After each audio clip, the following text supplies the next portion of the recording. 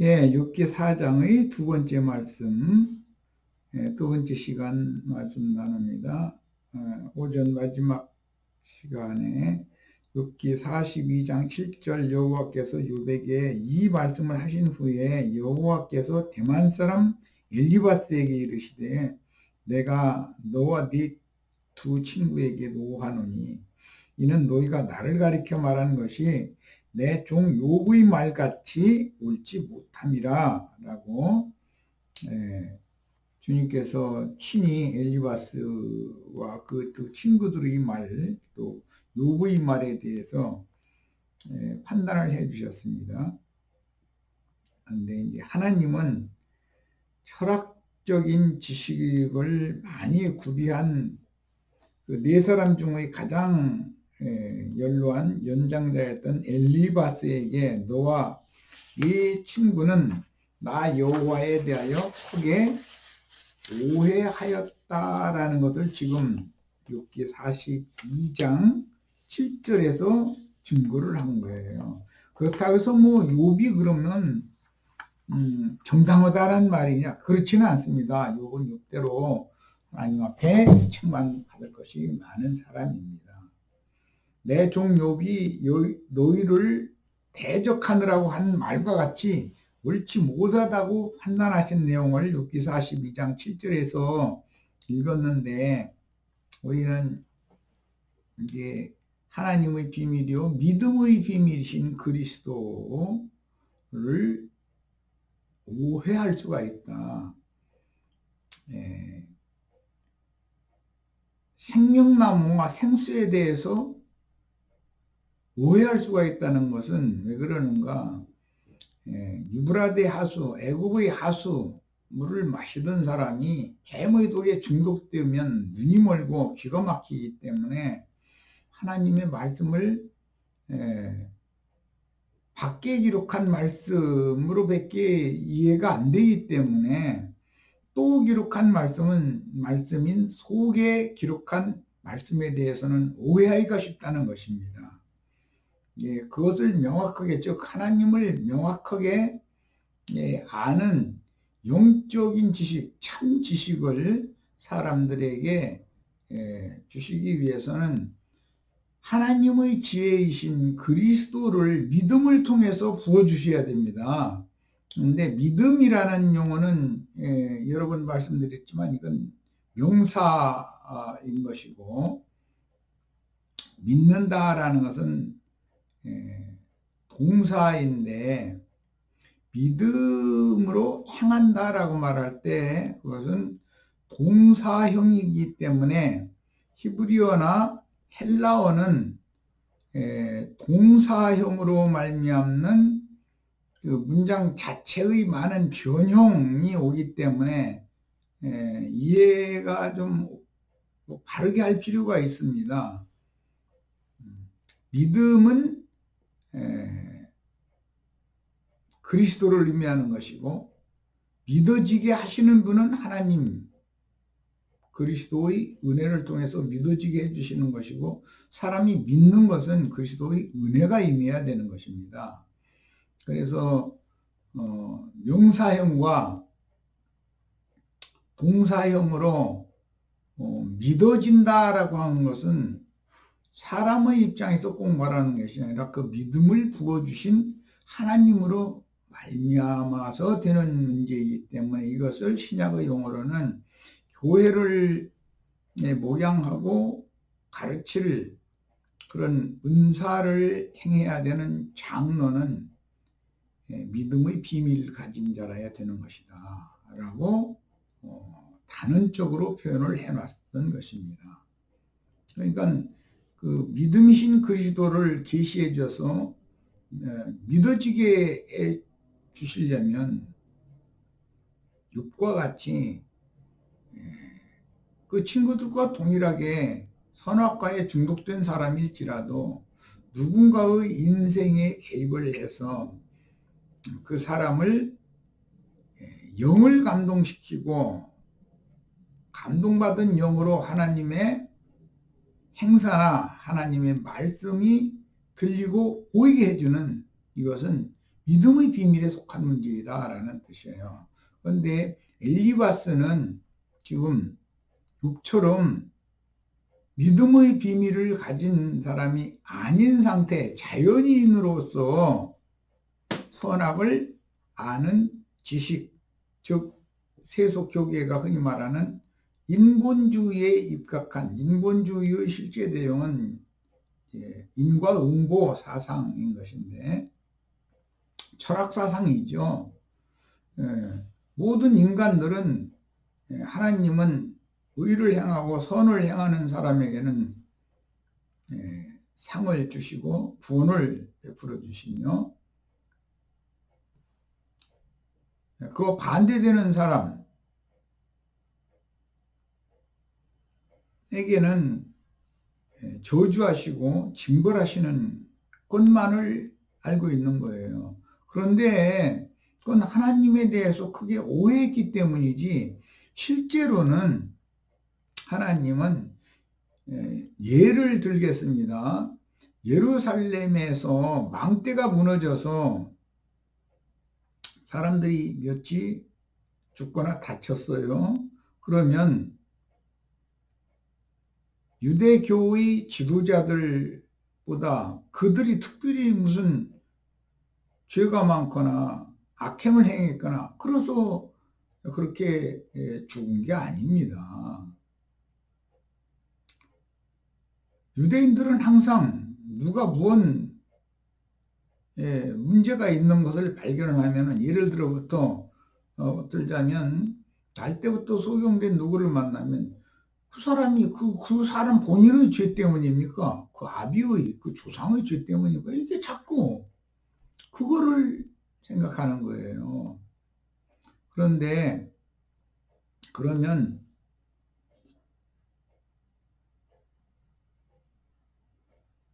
무너진 망대에 치여서 다치거나 죽지 않은 사람들은 다치거나 죽은 사람들보다 의롭고 선해서 그럼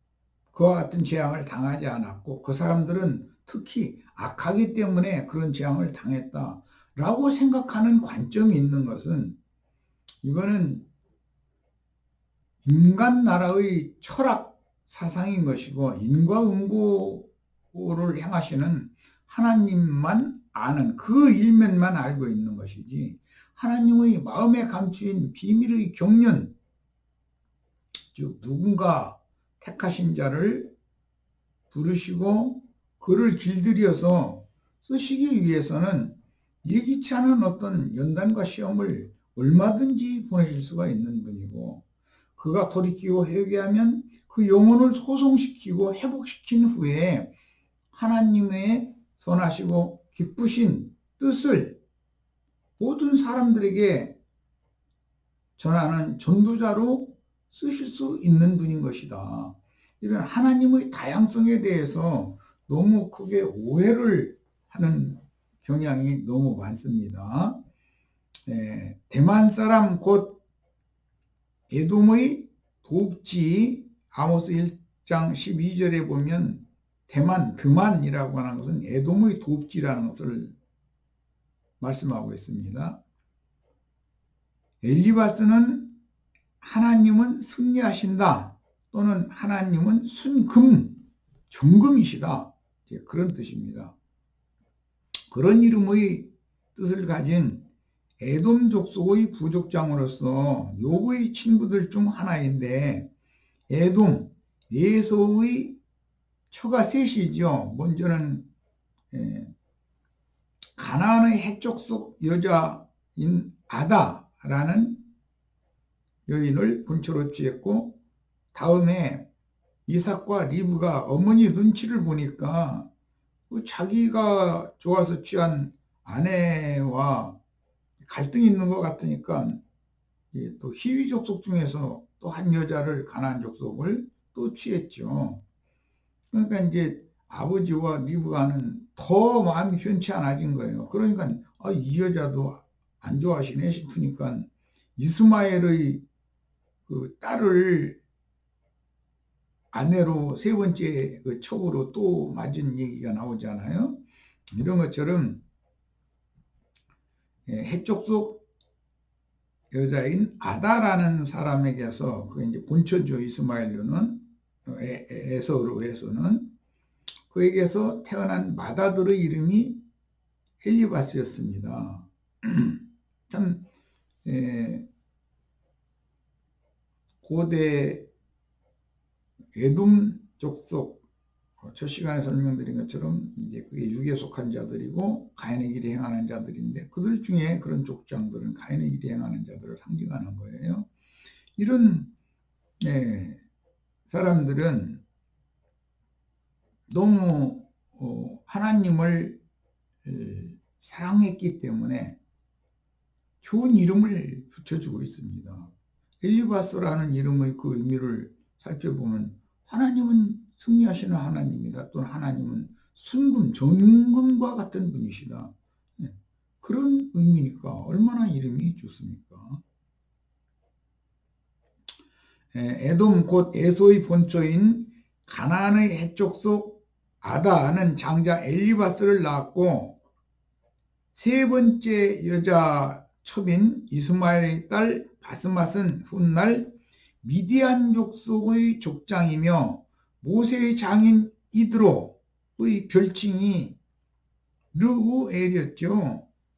그런 동일한 이름을 가진 르우엘을 낳았는데 셈족은 선조의 유명한 누구의 이름과 같은 이름을 가진 동명이인들이 성경에 많이 나오기 때문에 세대나 그들의 대수를 살펴서 동명이인을 잘 살펴 읽어야 됩니다.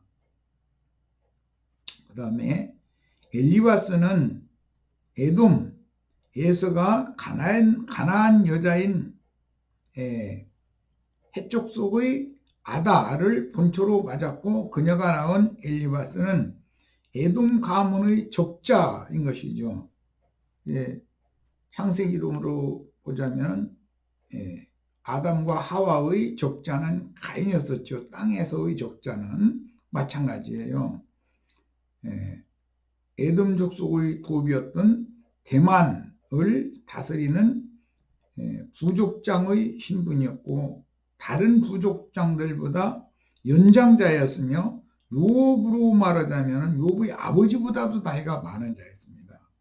그는 동료들 중에서 연장자로서 인생의 경험과 풍부한 지식 그리고 그 자신만의 철학적인 연구와 그가 경험한 체험들이 그 속에서 종교가 되어져서 굳어졌고 그의 북위 영화와 중근동 지역에서 내노라 하는 권세를 누리던 자로서 그 영혼은 두려운 것이나 부러운 것이 없다고 자부할 정도로 즉 하늘 높은 줄을 모를 정도로 교만해져 있었고 욥과 같이 그런 육체의 고난을 당한 적이 없는 사람이죠.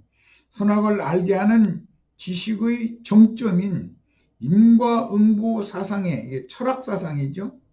기초하여 욥을 훈계하고 책망하며 더러는 위로하는 선한 말 아주 말재주가 보통 저 시간에 소개한 것처럼 그가 사용하는 언어 고사를 보면 사람들의 귀를 긁어주고도 남습니다. 그러나 그 말 속에는 정죄하는 영이 흐르고 있었으며 욥의 동료 또는 친구라기보다는 나이 많은 인생의 선배요 자칭 스승의 위치에서 교만하기로는 자신보다가 한 수 위였던 욥을 가르치되 자기가 연구한 바로 욥을 저 아랫사람으로 내려다보면서 위에서 가르치는 거예요. 철학적인 그의 지식으로 저런 욥을 자기의 철학 지식인 철두철미한 인과응보 사상에 입각한 인본주의로 욥을 훈계하고자 하였으니 그는 위선과 외식으로 포장된 동방의 철학자요 스스로 된 율법 선생이었기 때문입니다. 저 시간에 말씀드린 것처럼 엘리바스와 빌닷과 소발이라고 하는 그 사람들은 당대 동방의 현자들이었습니다. 그들의 그 현란한 지식과 말재주와 이런 것을 정말 천연적인 사람이 욥기를 읽어보면은 그들의 말이 너무 그럴싸하고 틀린 데가 없는 겁니다. 허점을 발견할 수가 없는 것을 볼 수가 있죠. 네, 이제 욥기 4장 3절로 9절을 봅니다. 보라, 전에 네가 여러 사람을 훈계하였고 손이 늘어진 자를 강하게 하였고, 이 손이 늘어졌다라는 것은 힘 빠졌다, 세상 사는 게. 그런 셈족의 은어들이죠. 넘어지는 자를 말로 붙들어 주었고 무릎이 약한 자를 강하게 하였거늘 이제 이 일이 네게 이름에 네가 힘들어하고 이 일이 네게 닥침에 네가 놀라는구나. 네가 전에는 지금 너와 같은 경지에 처해진 그런 상황을 만난 사람들을 이렇게 세워줬고 말로 붙들어 주었고 강하게 해줬고 그러더니 이게 네가 남에게 했던 그런 말을 할 때 곤경에 처해 있었던 어떤 사람들이 당한 처지를 네 스스로 당하니까 너는 지금 놀라고 불만과 불평을 쏟아내고 왜 이러느냐? 좀 이러고 지금 훈계하고 있는 거죠. 내가 보건대 이것은 엘리바스의 관점이죠. 하나님의 관점이 아니에요. 내가 보건대라는 말은 악을 밭갈고 독을 뿌리는 자는 그대로 거둔다. 은근히 욥을 위로하는 척 해가면서 인과응보 사상에 의해서 네가 악을 밭갈고 독을 뿌렸기 때문에 지금 거두는 거 아니냐 이러고 있는 거예요. 그것은 엘리바스가 보는 관점이죠. 다 하나님의 입기운에 멸망하고 그의 콧김에 사라지느니라. 참 하나님의 입기운에 멸망하고 그의 콧김에 사라진다. 이런 표현은 셈족이 그 후에 들인 이스마엘이나 에돔 족속들이라 할지라도 이렇게 철학적으로 종교적으로 하나님을 경외했던 것을 알 수가 있습니다. 오늘날 로마교나 개신교의 기독교계에 속한 영적 지도자들이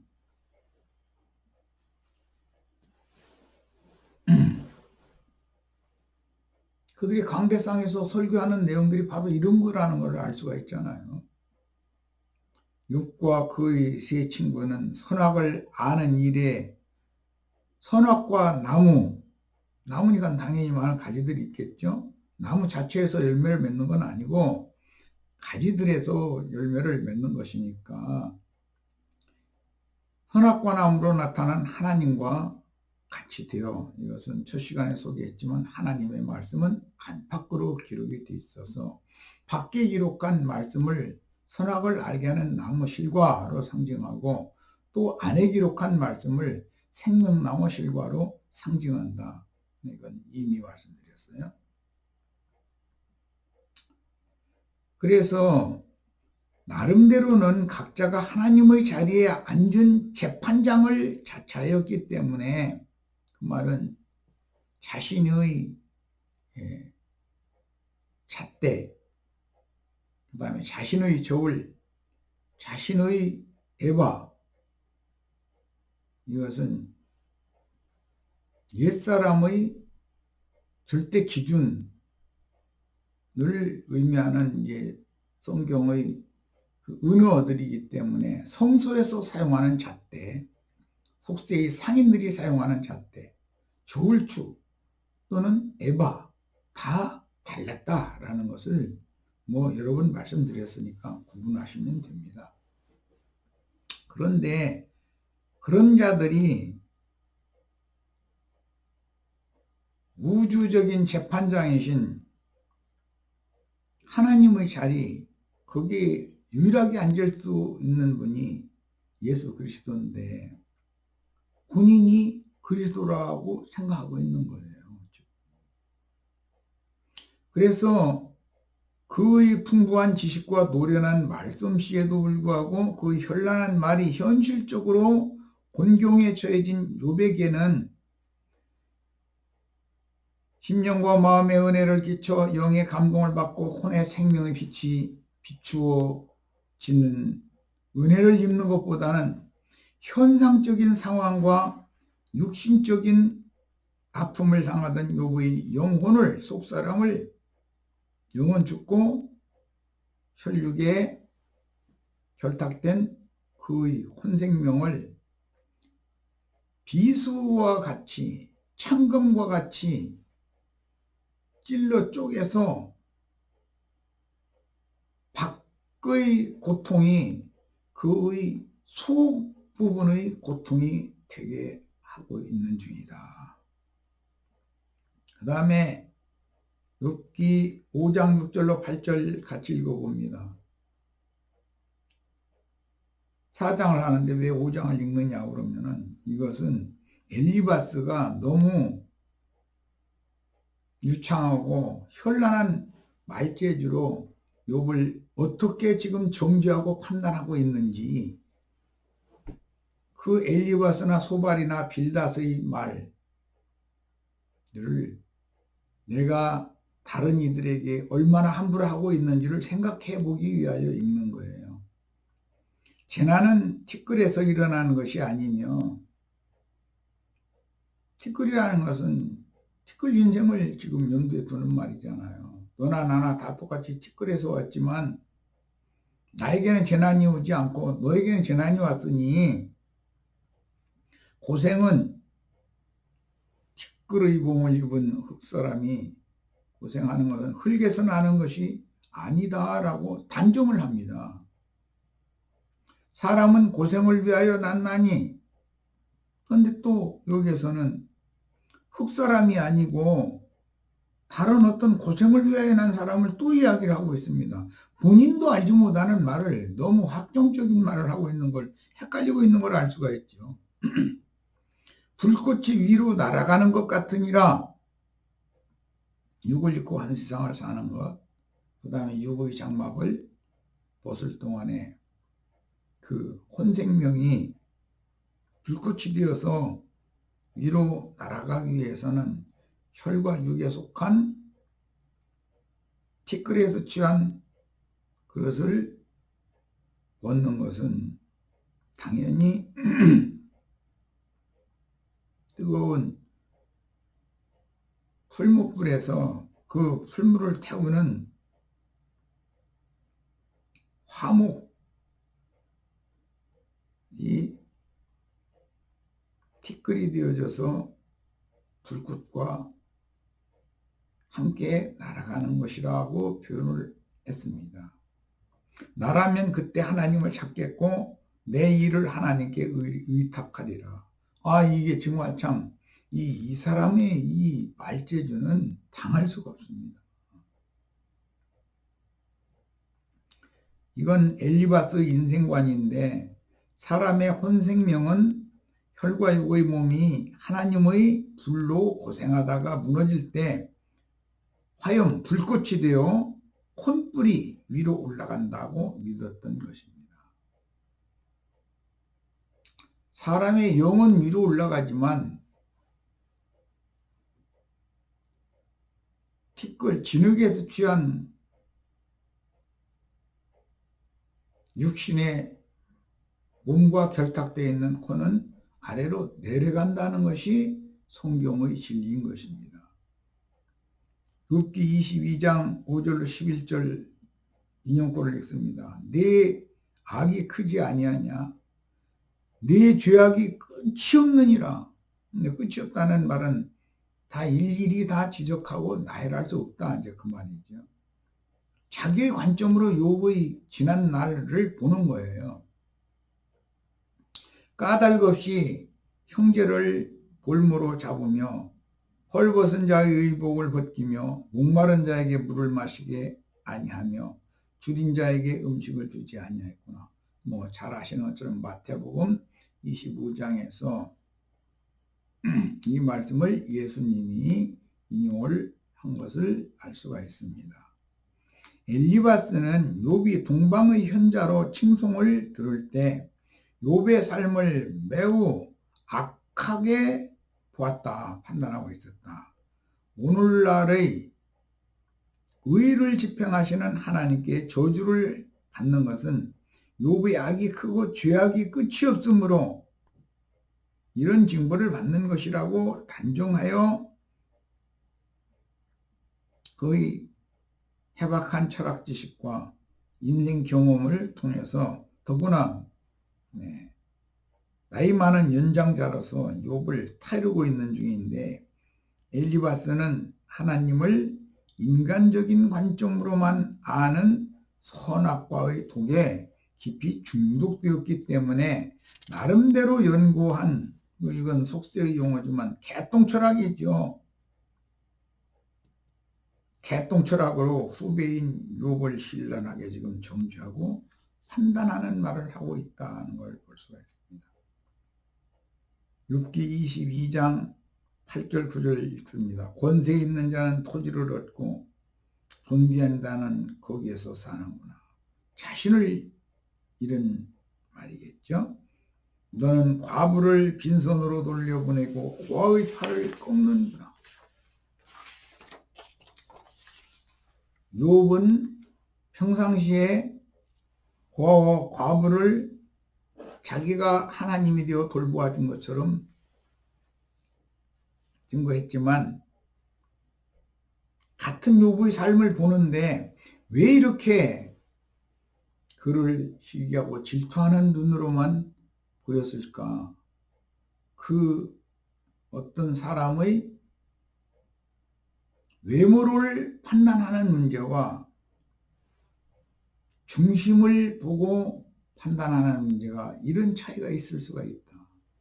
그러므로 우리는 누구를 나의 잣대와 나의 조울과 그다음에 에바로 함부로 남을 되어보거나 달아보거나 재보거나 이런 것을 습관적으로 행하던 옛사람을 반드시 벗어나셔야 됩니다. 이 말은 그리스도의 은혜로 구원받은 성도들을 그 누구도 함부로 평론하거나 판단하거나 안 된다는 얘기죠. 하나님이 보는 관점으로 봐야 되는 거예요. 외모로 보면 그가 나보다 훨씬 더 죄악이 승한 사람이지만 하나님이 보실 때는 그가 더 긍휼히 여김을 받아야 되는 그릇이라는 것을 잘 이해를 해야 됩니다. 하나님의 눈과 사람의 눈은 보는 관점이 다르기 때문에 그래요. 그러므로 올무들이 너를 둘러있고 두려움이 갑자기 너를 넘섭하며 어둠이 너로 하여금 보지 못하게 하고 홍수가 너를 덮느니라. 이러고 정죄를 하는 거예요. 욥기 22장 21절로 30절까지를 또 읽어나갑니다. 너는 하나님과 화목하고 평안하라. 이게 정말 하나님의 위치에 있는 사람이나 권면하는 말 아니겠어요? 그리하면 복이 네게 임하리라. 청하건대 너는 하나님 입에서 교훈을 받고 하나님 말씀을 네 마음에 두라. 이 말은 지금 욥에게 엘리바스가 자기가 하나님의 대언자로서 하나님의 자리에 앉은 자로서의 말을 하고 있는 중이니까 내 말을 수용하고 받아라, 이걸 지금 주장하는 말이죠. 네가 만일 전능자에게로 돌아가면 네가 지음을 받을 것이며, 우리 번역이 이렇게 했는데 원래 아담을 깊이 잠들게 하시고 그를 위하여 돕는 배필을 지어주셨다고 그랬는데 거기에 짓다. 건축, 세움을 입는다 그런 말이에요. 그래서 이 셈족의 언어 관습을 잘 아셔야 됩니다. 여기 지음을 받는다는 건 사람으로 세움을 받는다는 뜻이기 때문에 그 엘리바스와 빌닷과 소발의 관점으로 보자면 세움을 받는 것이 뭐냐면 인생의 노후와 하나님 앞에 연락되어지고 그의 의와 그의 선이 칭찬거리로 연락되어져서 세상적으로 성공한 자가 되는 것을 염두에 두는 말이에요. 그 다음에 또 네 장막에서 불의를 멀리하리라 그랬습니다. 참 너무 현란한 말씀이신 것을 알 수가 있습니다. 여기 봐라 지음을 받을 것이며 라고 번역한 이 용어는 건축 세우다 라는 그런 개념으로서 셈족은 누구의 인생이 잘 되고 세상에서 성공하는 것은 하나님께 세움을 받는 것이다 라고 믿었습니다. 우리들도 지금 복음을 믿은 날 이후에 하나님 앞에 세움을 받기 위하여 즉 그리스도의 배필로 그리스도 앞에 서기 위하여 부단한 노력을 하고 있는데 하나님은 이런 셈족의 언어를 통해서 누구의 인생이 잘되고 세상에서 성공하는 것은 하나님께 세움을 받는 것이라고 그때 당시의 사람들이 그렇게 믿고 있었고 깊은 잠에서 깨어난 아담의 옆구리에서 갈빗대를 꺼내어 살로 대신 채우고 그 갈빗대로 지은 여자 이게 바라 세운 여자입니다. 주님은 이 말씀을 마태복음 16장에서 인용하실 때 너는 베드로라 내가 이 반석 위에 내 교회를 세우리니 라고 표현하셨죠. 교회를 세우는 것, 주님의 교회로 세워지는 것과 세상 교회, 짐승의 몸으로 세워지는 것에 대해서는 명확한 이해가 있으셔야 되겠습니다. 마침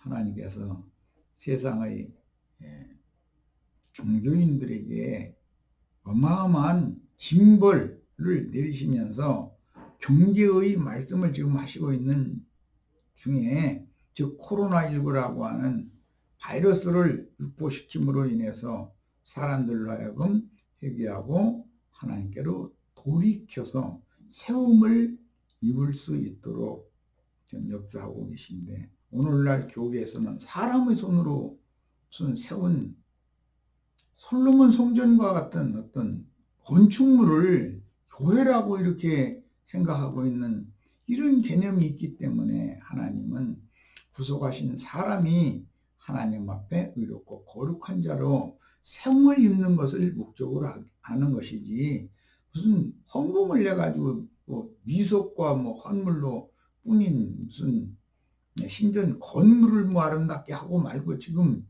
그것과는 아무 상관이 없는 얘기를 하고 있습니다. 그 말씀에 대해서 깊은 인상을 다 받으시기를 바랍니다. 그 다음에 네 보화를 티끌로 여기고 이건 철학자들이 흔히 다 말하는 인생에서 많은 재물을 얻어도 그게 다 네 것이 될 것이며 무익한 것 아닌가.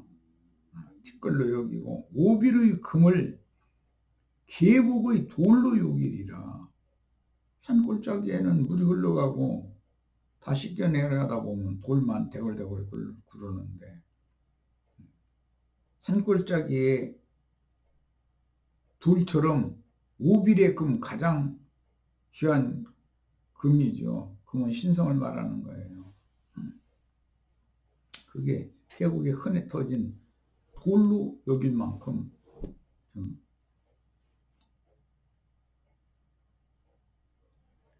하나님이 속세로부터 선별된 분인 것을 지금 욥에게 훈계하고 있는 말이에요. 너의 소원을 네가 갚아라.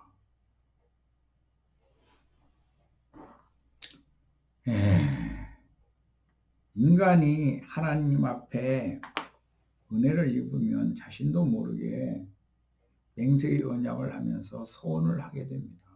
주를 위하여 내 남은 생애를 정말로 충성된 종으로 드리겠습니다. 이런 것이 소원이죠. 그 소원을 한 사람은 머리를 짧게 깎을 수 없고 항상 머리를 덮어야 되는 것은 뭐 여러 번 말씀드렸고 나시린의 법에 나오는 말이죠. 야곱이 바단 아람으로 갈 때 베델에서 서원을 했었죠. 20년 후에 돌아와서 전제를 번제물과 함께 드림으로 그 소원을 갖는 이야기는 여러 번 말씀드렸으니까 잘 알고 계실 거예요. 네가 무엇을 결정하면 이루어질 것이요 네 길의 빛이 비치리라. 꼭 유명하다 하는 어떤 세상 교계의 신부나 목사들이 하는 말이죠. 사람이 뭘 결정하면 이미 결정해놓고 하늘에 하나님께 올려놓고 기도하면 그대로 이루어진다. 이렇게 변개시키고 있는 거예요. 사람의 결정이 이루어지는 것은, 즉 사람의 뜻이 이루어지는 것은 하나님의 뜻이 이루어지는 것과는 다를 수가 얼마든지 있습니다. 내 길에 빛이 비치리라. 사람들이 너를 낮추거든 너는 교만했노라고 말하라. 이 말은 사실은 엘리바스와 그 친구들이 너를 죄인으로 정죄하고 악인으로 정죄하고 그럴 때 너는 나는 교만한 자입니다 라고 말을 듣기를 원한다는 거죠. 참 사람은 상대방에게 나는 너무 교만한 자였습니다 라는 말을 듣기를 원하죠. 그러나 정작 그런 말을 상대방에게 듣기를 원하는 나는 하나님 앞에서 내가 얼마나 교만한지를 자백하고 도솔하는 것을 할 줄을 모르는 건 참 비밀입니다. 하나님은 겸손한 자를 구원하시리라. 옳은 말이죠. 선한 말이고 다 좋은 말이잖아요. 죄 없는 자가 아니라도 건지시리니, 이게 죄 없는 자가 아니라도 라는 말은 죄가 많은 사람이라도 하나님이 낮추실 때 나는 교만한 자입니다 라고 하면은 그걸 건진다 그 말이에요. 네 손이 깨끗함으로 말미암아 건지심을 받으리라. 여기서 네 손이 깨끗함으로 라는 것은 천연적인 사람으로서 의를 행하고 선을 행하는 것 때문에 건짐을 받는다고 착각하고 있는 거예요. 그의 논리 정연하고도 철학적인 말 속에는 생명력이 없기 때문에 불필요한 논쟁거리, 이런 것은 욥의 친구들도 똑같이 다 이런 사상이 지금 현재 새누리당에 있기 때문에 불필요한 논쟁거리와 다툼을 이야기하게 됩니다. 물론 엘리바스와 빌닷과 소바를 보내서 교만하고 완고한 욥을 충동질하여 욥의 속에 감춘 은밀한 것들을 다 쏟아내게 하신 분은 여호와 하나님이십니다. 그런데 욥은 지금까지는 가라앉은 구조물통과 같이 겉으로 우회해 볼 때는 맑은 물만 있는 거예요. 이런 사람은 속을 휘젓기 위해서는 꼬불꼬불한 뱀의 사주를 받고 있는 엘리바스와 소발과 빌닷이 꼭 필요한 거죠. 교만의 왕인 바다괴물 리오야탄, 꼬불꼬불한 뱀이라고 그랬고, 큰 물고기 또는 물고기 뱃속 스월로 비유된 욥의 죽은 영과 혈육에 결탁된 혼을 격동시켜 그의 속에 가득한 모든 도끼를 다 뿜어내게 하기 위해서는 뱀독이 그 속에 누적되어 있기 때문이죠. 욥보다 한 수가 위인 엘리바스와 친부 족장들을 도구로 예비하셨고 입대를 당하여 욥을 구원해서 온전케 하신 후에 회개하고 돌이키는 욥을 회복시켜 제사장으로 만드시는 도구로 지금 엘리바스와 빌닷과 소발이 쓰임을 받고 있다는 걸 아셔야 됩니다. 요한복음 마지막 장에서 이런 문제에 관해서는 내 체험을 들어서 말했지만 각자가 다 이런 체험을 다 하나님께로부터 받았을 것입니다. 그래서 입이 있어도 말할 수 없고 눈물을 흘리고 낮아진 마음으로 하나님 앞에 자신이 얼마나 교만한 자인지를 자백하고 토설할 때 그의 믿음을 의로 여겨주시고 하나님의 받아주심이 그 영혼에 임한다. 이거는 신약 복음에서 아주 명료하게 증거하는 바입니다. 하나님께서는 누구를 길들여 쓰려고 하실 때 그 사람을 낮추고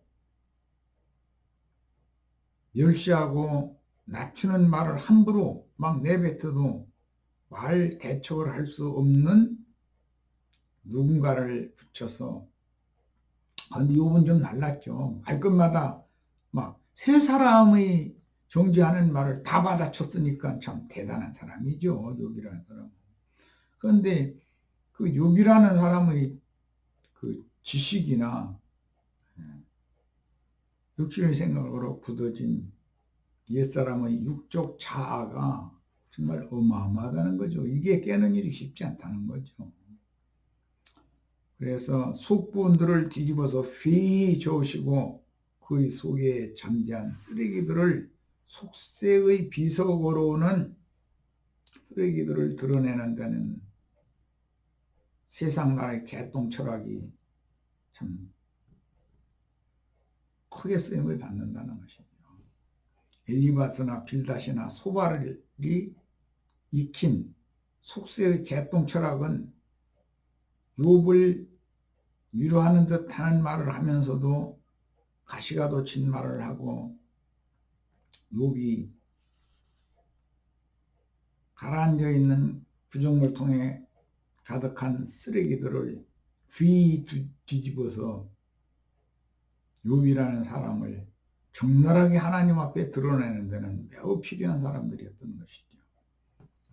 친구들 중에서 최고령의 연장자요 인생의 경험이 욥보다 더 풍부하고 세상 지식과 철학적인 지식이 구비되었으며 그는 늘 하나님에 대해서 연구를 한 사람이에요. 철학자죠. 욥과 동일하게 당시 사회에서 부귀영화를 누리는 종교인인 엘리바스가 욥을 충동한다고 해서 욥이 꺾여지거나 말로 욥이 세 친구들을 못 당하지는 않습니다. 그렇지만 결국은 세 친구들은 욥의 속내를 뒤집어 놓는 데는 유용하게 쓰는 거예요. 그래도 눈물을 흘리면서 자기가 얼마나 교만하면 이런 아무것도 아닌 내가 아는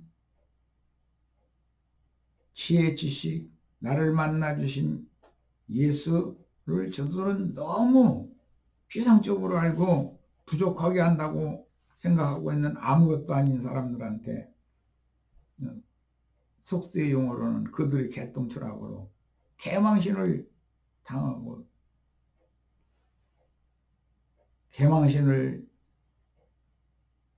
당하게 하시는 그 하나님 앞에 욥은 내가 하나님 앞에서 악을 행했고 범죄한 것이 무엇인지 가르쳐달라고 내가 하나님을 이렇게 섬겨드렸는데 하나님은 나를 이렇게 대하시느냐고 내가 왜 이런 고난을 받아야 되는지 난 도무지 모르겠다고 발버둥을 치면서 그 세 친구의 말들마다 대척을 한 욥의 지식은 또는 욥의 지혜는 지혜로운 말, 은쟁반에 금붓을 굴러가는 그 언변은 당할 수가 없습니다.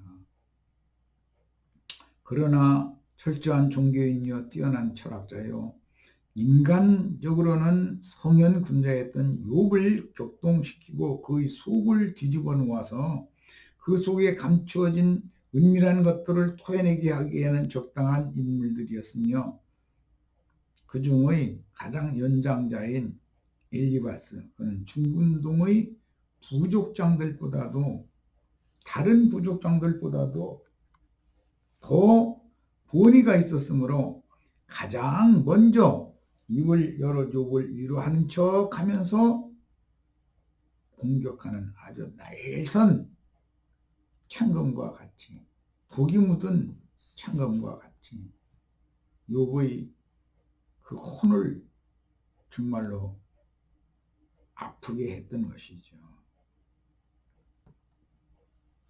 엘리바스가 욥을 교훈하는 말의 요지는 철저한 인과응보 사상으로서 욥이 당한 고난은 욥이 저지른 범죄의 결과라는 주장을 하고 있는데, 엘리바스의 말은 다 옳은 말이고 선한 말이며 매우 논리적인 말들이니 욥을 정죄하고 판단하는 가시가 돋친 말들을 지금 내뱉고 있는 중입니다. 그런데도 욥은 자신의 부친보다도 연장자인 에돔 가문의 장자인 엘리바스가 연구한 철학적인 말을 수긍하거나 은혜로 받아서 영의 감동을 받고 마음, 즉 혼의 생각이 적심을 받지 못하고 자신의 삶에 갑작스러운 고난들로 인한 현실적인 고통에 더하여 영혼의 아픔과 고통을 주는 세 친구의 그 훈계의 말을 더 이상은 견디지 못하고 격정적으로 토로하면서 말싸움을 이어나가게 됩니다. 엘리바스의 교만한 영과 높아진 마음으로 굳어진 완악한 생각에서 나오는 가시가 돋아나는 그의 말 속에 흐르는 선악을 아는 지식과 욥의 교만한 영과 높아진 마음의 완악한 생각인 육적 자아가 서로 육은 육질이 부딪히고 있는 것이 욥기의 후반부 엘리후의 말씀이 주어지기 바로 직전까지 이어지는 것입니다. 말이란, 어떤 인간의 말이란 그 영과 정신을 상대에게 전달하는 표현이기 때문에 그 마음속에 감춘 것들이 말을 통해서 다 표현되는 거죠. 예기치 않게 여러 가지로 겹치는 곤경에 처해진 중년을 지난 장년일 가능이 많은 나이의 친구인 욥을 교훈하여 가르치는 엘리바스의 영이 진실한 친구로서가 아니고 어른이 어린아이를 훈육하는 것과 같이 교만하여 그의 교만을 뒤지지 않는 욥은 자신보다 연장자인 그의 말을 은혜로 받아들이거나 위로의 말로 받아들이지 못하고 있는 중입니다. 그러면 왜 그런가? 이걸 우리는 욥기를 통해서 이것을 깨달아야 되는데, 욥기 다음에 시편이 나올 때, 시편은 영의 말씀을 감동받은 영으로 증거한 말씀을 기록한 말이지만, 욥기는 그 전반부는 모두 옛사람의 혼으로 연구한 철학적인 말이요 종교적인 말들이다. 이것을 통해서 욥기를 통해서 뒤에 나오는 시편의 영적인 말, 영과 생명의 말씀들을 깨닫는 그런 은혜가 주께로부터 우리 형제 자매들에게 임하시기를 바랍니다. 엘리바스가 연구한 철학적이고 종교인들이 윤리 도덕적인 말을 통해서 선악을 알게 하는 나무실과의 풍부한 인생 경험과 본능으로 하는 세상 지식을 습득할 수는 있지만 친구의 곤경을 진실로 아파하면서 친구의 고통에 동참하는 영과 혼의 진솔함이 묻어나지 않으므로 당장의 곤경에 처해져서 아픔을 당하는 욥이 엘리바스의 말을 통해서 생명을 얻고 위로를 받을 수가 없었던 것입니다. 그러면 엘리바스와 빌닷과 소발의 말이 무슨 인과응보 사상, 인본주의 사상에 의해서 본다면 틀린 말이 있습니까? 이 말은 욥과 그의 세 친구들 모두가 하나님께서 금하신 선악을 알게 하는 나무의 열매의 영향을 받아서 그 혼들은 철저한 인간 중심의 세상 초등학문인 철학과 종교로 조성되어지고 짜여진 율법 선생들로서 지금 애매하게 고난을 당하고 있는 친구를 위로하려는 깨끗한 영과 진솔한 마음이 아니고 윗사람으로서 아랫사람을 훈계하듯 가르치려고만 하기 때문에 교만한 욥은 그 아비의 연세보다 많은 엘리바스의 말로 위로를 받거나 은혜를 느끼보다는 반감을 갖게 되고 있는 거다. 이미 그들은 뱀의 독이 퍼져 영에서는 하나님의 신이 떠나 죽어 있는 자들이었지만 본인들은 자신들의 상태를 몰랐고 자신들이 살아있다고 오해했으며 자신들의 말로 남을 권면하여 위로할 수 있다고 철저하게 믿고 있었습니다. 이것이 인간 세상에서는 많은 학문을 달관한 철학자들의 우매하며 스토아 철학 아리스토텔레스 등의 그 말은 어마어마하죠.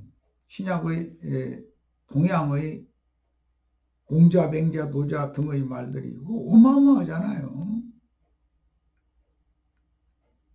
본인들은 자신들의 상태를 몰랐고 자신들이 살아있다고 지금 오해하고 있으나 금령이 나무 실과를 따먹는 그날 그들의 영은 죽은 상태였고 그들의 혼은 혈과 육에 결탁된 상태였기 때문에 그들의 육체 속에 거하는 죄의 종로를 하면서 본인들이 죄로 왕노릇하고 있는 마귀의 종이라는 사실을 까마득하게 모르고 있었다는 거예요.